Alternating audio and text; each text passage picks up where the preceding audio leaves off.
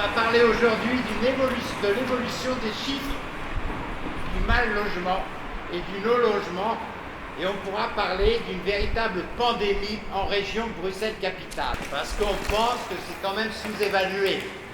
On sait bien, il y a des questions liées au sans-abrisme caché, il y a plusieurs données que malheureusement on ne peut pas avoir accès, mais on essaie de faire de notre mieux en tant que chercheurs et en tant que personnes qui travaillent avec les secteurs. Donc on a bien sûr besoin aussi de tous les secteurs pour avoir des données les plus précises possibles.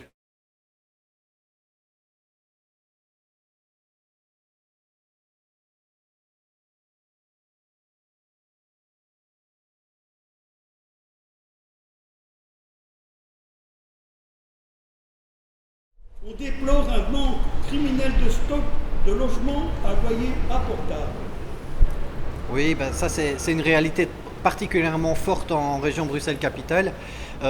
Et là, nous, on est disponible pour capter des solutions innovantes, capter des endroits auxquels on n'aurait peut-être pas pensé. On l'a vu dans la crise Covid, pour mettre rapidement à l'abri des personnes dans des hôtels. Mais ça ne règle pas la solution sur le long terme.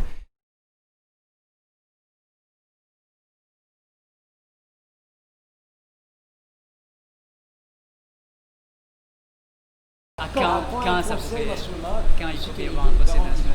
il y a un programme, un changement social. Alors, nous, c'est au niveau régional. En tout cas, au niveau régional, on est tout à fait ouvert. Et c'est d'ailleurs ce que Mauro expliquait juste avant.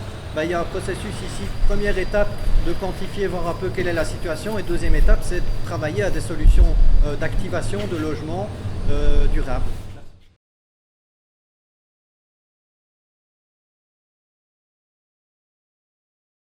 Un locataire se plaint, par exemple, on lui demande de montrer 3 fiches de salaire. Donc même s'il y a des nouveaux logements, il faut qu'il quand même donner 3 fiches de salaire. Il y a les propriétaires qui diront moi je ne veux pas des baraquis du CPS. Et bien sûr, il y a toujours le problème du délit de faciès. Donc tout ça demanderait quand même d'être plus sérieusement encadré. Oui, ça c'est une politique régionale maintenant, donc c'est quelque chose à porter vers les ministres régionaux. Voilà.